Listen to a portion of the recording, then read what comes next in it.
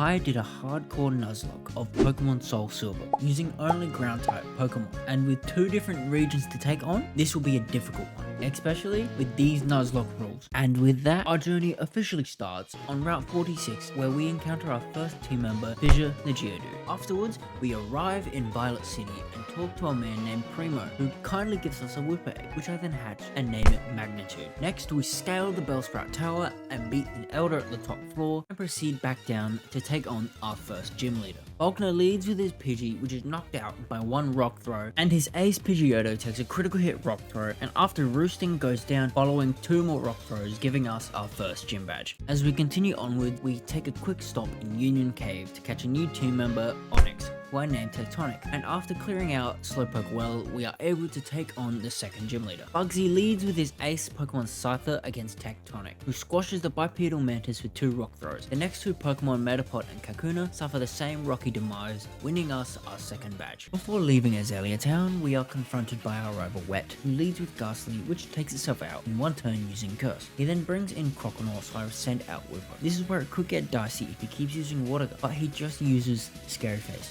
so I am able to lower it down enough with Mudshot, putting it into range to where it will die with a Magnitude from its Fissure. His final Pokemon, Zubat, is dealt with swiftly by a rock throw. Heading west out of Azalea Town, we can arrive in Goldenrod City, and our first stop, the Goldenrod Game Center, to play the magical game of Voltorb Switch. And after a couple of hours, I finally earn enough coins to purchase a new team member, Sentry, who sadly I forgot to nickname. With our new team member, we can head over to the gym and take on Whitney. Her lead Pokemon Clefairy miraculously pulls Memento when using Metronome and knocks itself out, leaving just Miltank. So I tried to get the poison off using Poison Sting, but to no avail. So I bring in Fissure to beat it with a few Magnitudes, gaining our 3rd gym badge. Heading north of Goldenrod, we can encounter our next team member, Plague the Nidoran. He won't be joining the team just yet, as he doesn't become a ground type until he evolves into Nidoking. Afterwards, Magnitude evolves into a Quagsire and Sandshrew into a Sandslash. We then entered the Burnt Tower and beat Wet for a 2nd time. After struggling on the gym maze more than I would like to admit, we can finally take on our next challenge, Morty. He starts with his Ghastly against Onyx, and after setting up a Sandstorm, I can knock it out with 2 rock throws. Morty brings his ace Gengar in next, which causes problems as no one can switch in safely. So after doing some damage with Tectonic, he sadly goes down to a Shadow Ball, letting me bring Magnitude in to take it out with 2 Surfs, leaving just his 2 Haunters, which are both beaten by Fissure's Rock Blast, beating Morty and earning us our 4th gym badge. Continuing on, we arrive in Cyanwood City to take on the fighting leader Chuck, who leads with Primeape against Magnitude, and after taking a Surf, he switches into Poliwrath, and after putting it to sleep with Yawn, I proceed to knock it out with multiple Mud Bombs, leaving just the damaged Primeape, which is wiped out by a Surf. With Chuck beaten, I can now access Cliff Cave and obtain our next team member, Mantle the Steelix. With that done, I can head back to heal the Ampharos and then take on Jasmine, who in all honesty is a walkover, as both Magnemites are demolished by Mud Bombs, and Steelix is washed away by 2 Surfs, gaining us our 6th gym badge. After taking a quick stop at the Lake of Rage and storming the Mahogany Town Rocket Base with Lance, I am able to take on Price. His leading Pokemon is Seal, which gets decimated by 1 Earthquake, making him send in Dugong, but it doesn't have a water type move, so I can stay in and beat it with a Rock Blast, leaving just his Pillow Smite. So I answer this by bringing out Magnitude, and after putting it to sleep with Yawn, I can wipe it out with 2 Surfs, earning us our 2nd to last Johto gym badge. Before moving on, I decided to use the Moonstone I found back in Ruins of Alph and finally evolve Nidoran into Nidoking and add him to the team. The next stop on the journey is to infiltrate the Rocket Base in Goldenrod City. During the process, we encounter our rival Wet again, who we quickly wipe out, and then finish off the remaining members of Team Rocket, during which Fissure evolves into Golem. Normally it is a trade evolution, but since I don't have access to that, I decided to allow him to evolve by level up. With Team Rocket being dealt with, I can continue on and make my way to Ice Park, where I encounter our next team member, Everest, the Swinub, who I then quickly evolve into Mamoswine and proceed to take on Dragon Leader Claire. The Pokemon she leads with is Gyarados, funnily enough, not a Dragon type, against Fissure, and for some reason, it doesn't have a Water type move. So we are safe to destroy the oversized Sea Serpent with Rock Blast. With the Kingdra coming in next, I switch to Mantle and deal some damage, but decide there is no safe way to beat Kingdra. So I let Sandslash go down to bring Quagsire in to avenge his fallen comrade, 2 Earthquakes. The last 2 Dragonairs suffer an icy fate at the hands of Everest, beating Claire getting us our last Johto Gym badge. After collecting my badge from the Dragon Den, I head over to the Johto Safari Zone to catch Stalactite the Cubone and evolve him right away into Marowak and add him to the team. After then beating the Komodo Gauntlet, the next objective was to meet the Flying Beluga Whale Lugia, and after giving him a beating, we head through Victory Road and arrive at the Elite Four. The first Elite Four member is the Psychic type user Will, who leads with Xatu against Golem, who blasts it with a couple rocks. The next Pokemon is Slowbro, so I bring Quagsire in to put it to sleep, then send in Plague to beat it with a couple Earth powers. Jinx is his next Pokemon, which is swiftly put down by Rock Blast from Fissure. With the Exeggutor coming out, I switch to Everest to defeat it with a Blizzard, leaving just his last Xatu, which also goes down to a Blizzard, defeating Will. The next member we take on is Koga and his Poison types. He leads with Ariados, which gets squashed by a couple of rocks, leading to Fortress being brought in.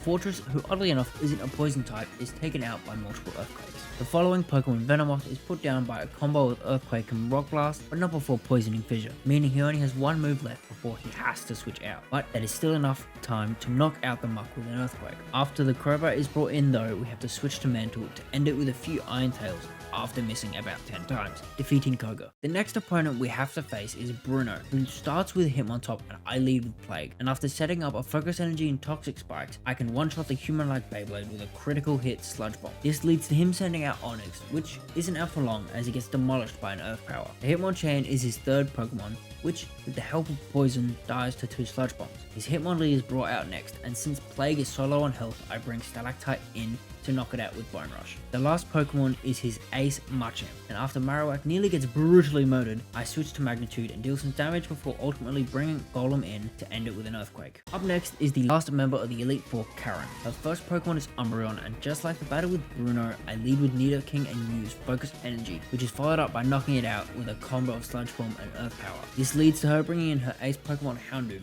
which could cause real problems, but we land a critical hit Earth Power, beating it in one shot. When the Murkrow comes in, it was time to switch out into Everest, and after setting up a Hail, I can send the Murkrow to an early grave with Ice Shard. Vileplume is brought in next, to which I use Blizzard, which is able to knock it out in one hit, leaving just the Gengar, which misses a Focus Blast, letting me hit a Blizzard, then followed by an Ice Shard, beating it and ending the battle. Lastly, we are left with the champion Lance. His leading Pokemon is Gyarados, and I lead with Mantle. After both deal heavy damage to each other, I decided to bring Quagsire in to put it to sleep, then bring Mantle in to finish it off. Charizard is up next, so I switch to Fissure and demolish it with Rock Blast. The Blizzard Dragonite comes out next, so I switch to Everest as he misses a Blizzard and proceed to knock it out with a Blizzard of my own. Following was the Fire Blast Dragonite, which suffers the same chilly fate. Next up was his third Dragonite, which I hit with an Ice Shard as he misses Dragon Rush, letting me take it out with a second Ice Shard, leaving just his last Pokemon Aerodactyl, so I switched to Fissure and put it down with a Rock Blast, beating champion Lance. But as you know,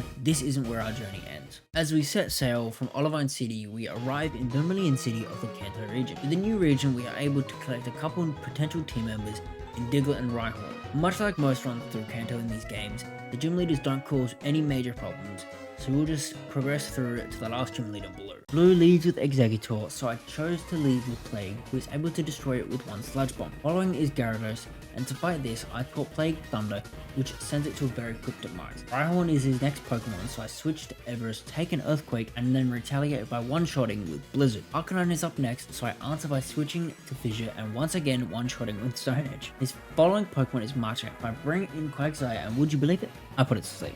I didn't one-shot this time. But then I bring Everest in to finish it off, leaving him with just his Pidgeot, which gets his wing clipped by a Blizzard and an Ice Shard, defeating the final gym leader of Kanto. With all 8 Kanto badges obtained, we can now gain access to Mount Silver, where we find our potentially last team member, Larvitar, and proceed onwards until we arrive at our final obstacle, Red. Red leads with his trusty Pikachu, and I send out Stalactite, who sends it to an early grave with a single Boomerang. This leads to him bringing in Lapras, and with no safe switch, I have to let Marowak go down, letting me get a switch into Plague, and with his newly equipped Choice Specs, he can one-shot the Lapras with Thunder. And his next Pokemon, Blastoise, also suffers the same fate. With the Snorlax coming in, I decided there wasn't any point in switching, so I tried to do as much damage with Plague league before he met his inevitable demise. Turns out to be all for nothing, as after I bring Quagsire in, he just heals to full health. Afterwards he switches to Venusaur, which is taken down to about half health with a Earthquake, but as I switch into Mantle, he sadly lands a critical hit and knocks him out, but this lets me bring Everest in to get a quick revenge with Blizzard. Red's Charizard is next, so I send in Golem to destroy it with a Rock Blast. All that's left is the damaged Snorlax, which is also taken out by one last Stone Edge,